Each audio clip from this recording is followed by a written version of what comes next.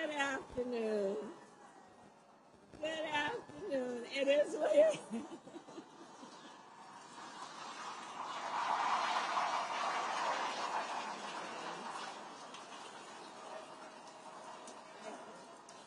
Okay. All right. Okay. Okay. We got some work to do. All right. Oh my God.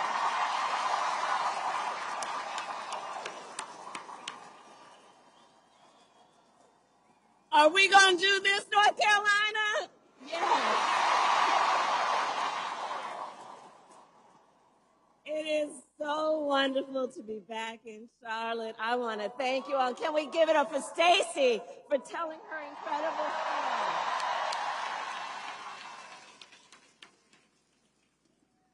And can we please thank that incredible Anthony Hamilton for his incredible performance? I love Anthony Hamilton. And it is so good. I love you back. I love you back. Thank you. And we have so many outstanding leaders here today, including my friend, Governor Roy Cooper, and your next governor, Attorney General Josh Stein. And here with us is your next Attorney General, Congressman Jeff Jackson. Mayor Lyles, my dear friend, the Council of State candidates, and all the leaders who are with us today. I thank you all, everyone here for taking the time and doing the work you are doing. Thank you. Thank you. Thank you. Thank you. Thank you. All right, so here's the thing. Okay, we got a lot of work to do. Okay, so North Carolina, you probably know, please have a seat if you have a chair. 2 nights ago, Donald Trump and I had our first debate.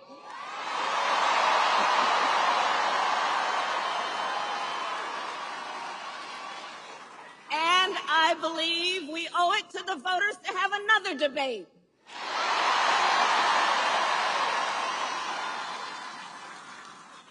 Because this election and what is at stake could not be more important. On Tuesday night, I talked about issues that I know matter to families across America, like bringing down the cost of living, investing in America's small businesses, protecting reproductive freedom, and keeping our nation safe and secure. But that's not what we heard from Donald Trump. Instead, it was the same old show. That same tired playbook that we've heard for years, with no plans for how he would address the needs of the American people, because you know it's all about him, it's not about you. Well, folks, I said it then, I say it now. It's time to turn the page. Turn that page. Turn that page.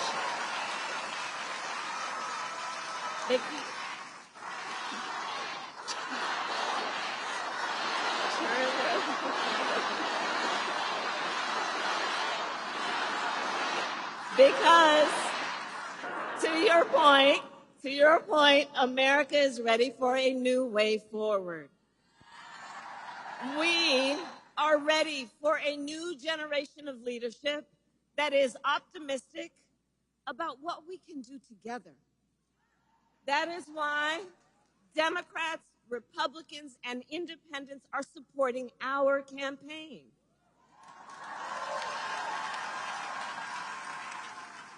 Over 200 people who worked for President George H.W. Bush, President George W. Bush, John McCain, and Mitt Romney have endorsed me for president.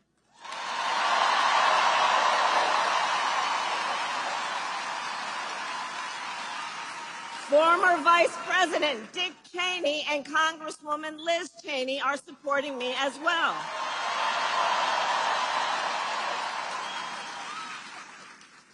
Because, as they said, we have a duty as citizens to put country above partisanship and defend our Constitution.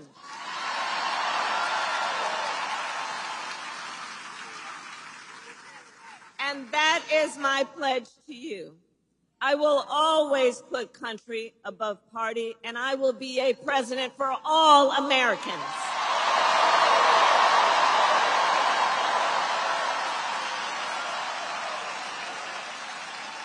And while Donald Trump is trying to pull our nation backward, we are fighting for the future. A future with affordable child care, paid leave and affordable health care. A future where we build what I call an opportunity economy so every American has an opportunity to own a home, to build wealth, to start a business.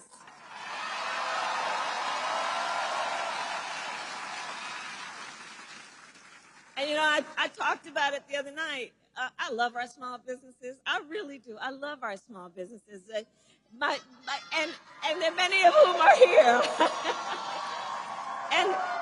and the thing about our small businesses is they are, you know, so first of all, my mother worked very hard, and there was a lady who helped raise us who was a second mother to us, Miss Shelton, and she was a small business owner. And I grew up then understanding who our small business owners are. They're leaders in the community. They're civic leaders. They hire locally. They mentor. They're part of the fabric of the community. And I know they are the backbone of America's economy.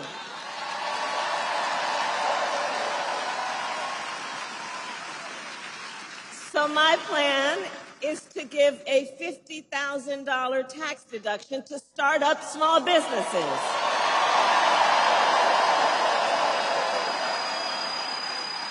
Because, you know, not everybody started out with $400 million on a silver platter and then filed for bankruptcy 6 times. But a whole lot of people have the ingenuity, the entrepreneurship, the work ethic, and the ambition to do that kind of work, and just need to be seen and supported for what they are and what they do for all of us.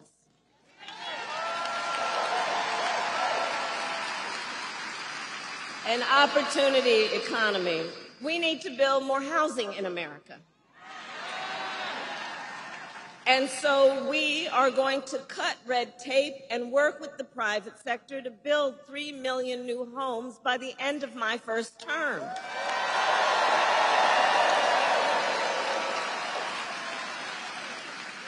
I have a plan to lower the cost of living for America's families on everything from health care to groceries. Under my plan, more than 100 million Americans will get a tax break, and thousands of dollars of your hard-earned money will go back into your pockets, including $6,000 during the first year of a child's life.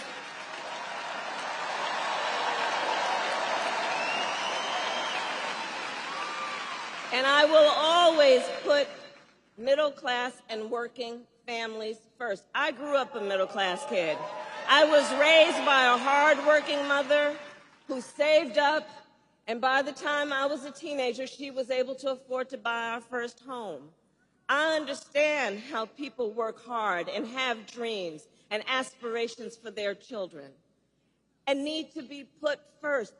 Understanding, again, when the middle class is strong, America is strong. America is strong. But Donald Trump, well, he has a different plan. Just Google Project 2025. It is a detailed and dangerous blueprint for what he will do if he is elected president. Donald Trump will give billionaires and big corporations massive tax cuts and cut corporate taxes by over $1 trillion, even as they pull in record profits. He will add more than $5 trillion to the national debt. He intends to cut Social Security and Medicare. And he wants to impose what is, in effect, a national sales tax.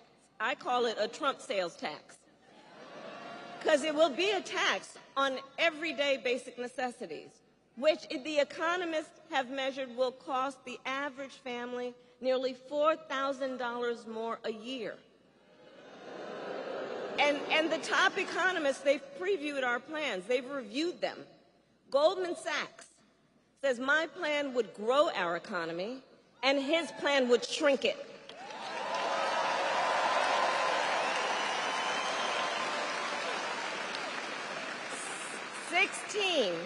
Sixteen Nobel Prize-winning economists say he would reignite inflation, and Moody's says he would ignite a recession by the middle of next year. You know, he talks a big talk, but when folks review the numbers, highly respected folks, that's what you learn about him. That's what you learn. And North Carolina, on top of all of this, Donald Trump intends to end the Affordable Care Act. And as Stacey mentioned, you heard what he said in the debate. He has no plan to replace it. He said, concepts of a plan. Oh, you all watched the debate.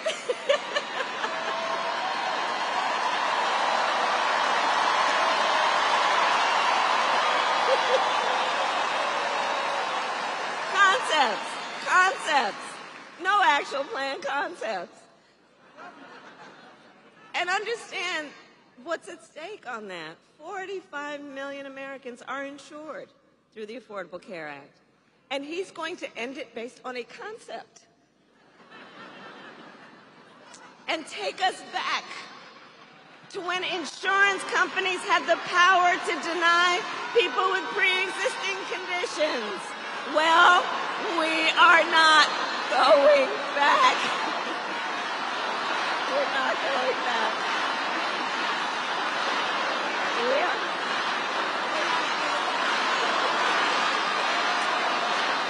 We're not going back. No. We will move forward. We will move forward because ours is a fight for the future and it is a fight for freedom.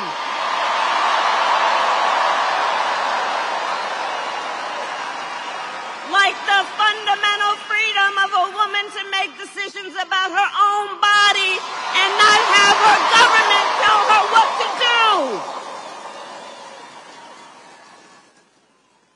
And we know how we got to this issue because Donald Trump handpicked 3 members of the United States Supreme Court with the intention that they would undo the protections of Roe versus Wade, and they did as he intended, and now in over 20 states in our nation, they have what I call Trump abortion bans, including North Carolina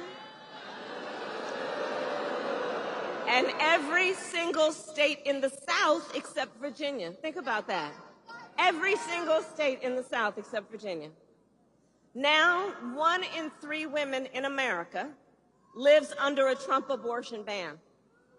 Many with no exceptions even for rape and incest. It is immoral. It is immoral. And I know we all here understand and agree one does not have to abandon their faith or deeply held beliefs to agree the government should not be telling her what to do with her body.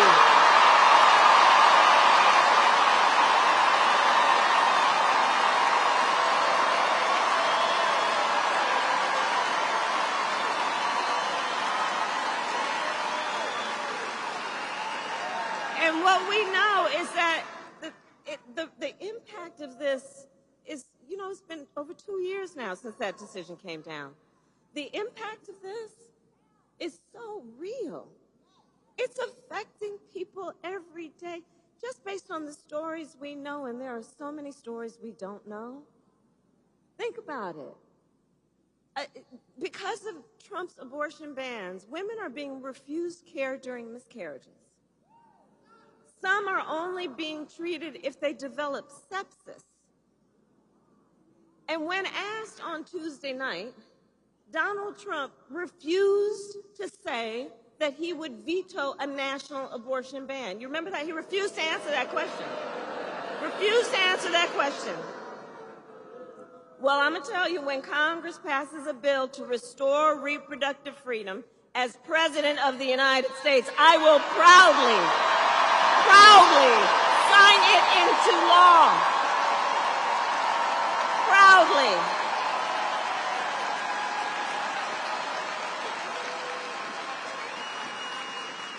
And across our nation, we are witnessing a full-on assault on other hard-fought, hard-won fundamental freedoms and rights, like the freedom to vote, the freedom to be safe from gun violence, the freedom to breathe clean air and drink clean water, and the freedom to love who you love openly and with pride.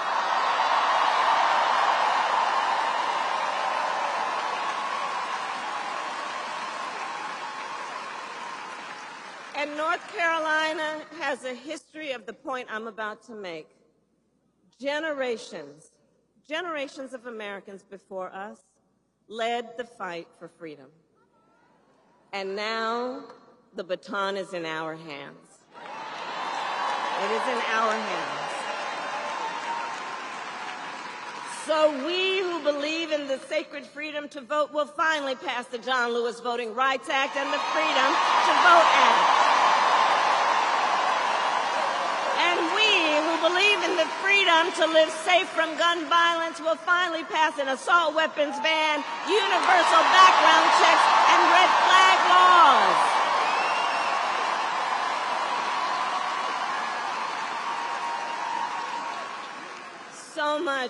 So much is at stake in this election. So much is at stake in this election. And understand, this is not 2016 or 2020. For a number of reasons, including why the stakes are higher, because 2 months ago, the United States Supreme Court basically told the former president that he will effectively be immune no matter what he does in the White House. Think about that. Think about that. Just imagine Donald Trump with no guardrails, right? He who has vowed that if reelected, he'll be a dictator on day one, that he will weaponize the Department of Justice against his political enemies, and has called for the, quote, termination of the Constitution of the United States of America. Think about that. And let us be very clear. Somebody who suggests we should terminate the Constitution of the United States should never again stand behind the seal of the President of the United States. Never again. Never again. Never again. And you know, one of the points that I mentioned on Tuesday, so the people who served under him at the White House, who saw him every day, right? His national security advisor, his defense secretary, his chief of staff, and his vice president, all have warned, all who worked with him every day in the White House, sat with him in the Oval Office, have warned America. Donald Trump is not fit to be president of the United States and should never again occupy our nation's highest office.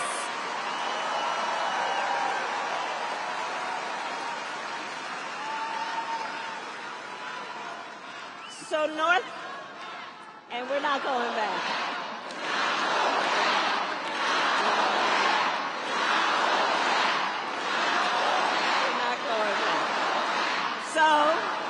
So it comes down to this. It comes down to this. We are here together because we love our country. We love our country. And we understand the awesome responsibility that comes with the greatest privilege on earth, the privilege and pride of being an American.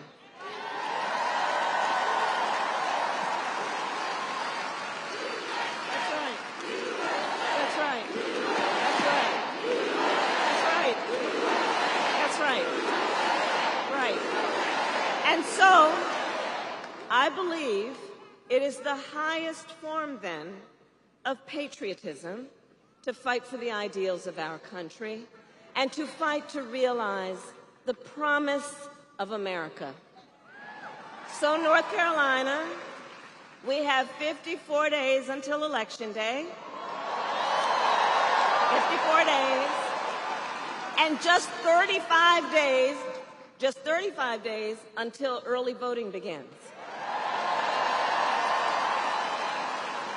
And it's not only the presidency that's on the ballot. There are many important races, including Josh Stein running for governor.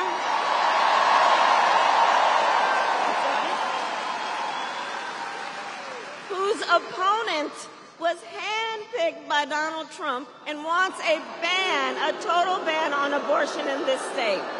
Right. So these are the stakes in this election. Up and down the ballot. Up and down the ballot. But we know the power is with the people. The power is with the people. And your voice is your vote, North Carolina. Your vote is your voice. And we know, here's the thing also, we are loving our campaign, aren't we? We are loving this campaign. We're having a good time. We're having a good time. I know that. But here's also the thing. Ours will be a very tight race until the end, okay? It's going to be a tight race until the end, and we are the underdog. Understand that. We are the underdog. There are powerful forces trying to convince people that their vote doesn't matter. There are powerful forces here, too. But I say all that to say we've got some hard work ahead of us. But here's the thing I love about everybody here. We love hard work. Hard work is good work. Hard work is good work. Hard work is good work. And with your help, we will win in November. We will win. We will. We will win. So, North Carolina, today I then ask you, are you ready to make your voices heard? Do we believe in freedom? Do we believe in opportunity? Do we believe in the promise of America? And are we ready to fight for it?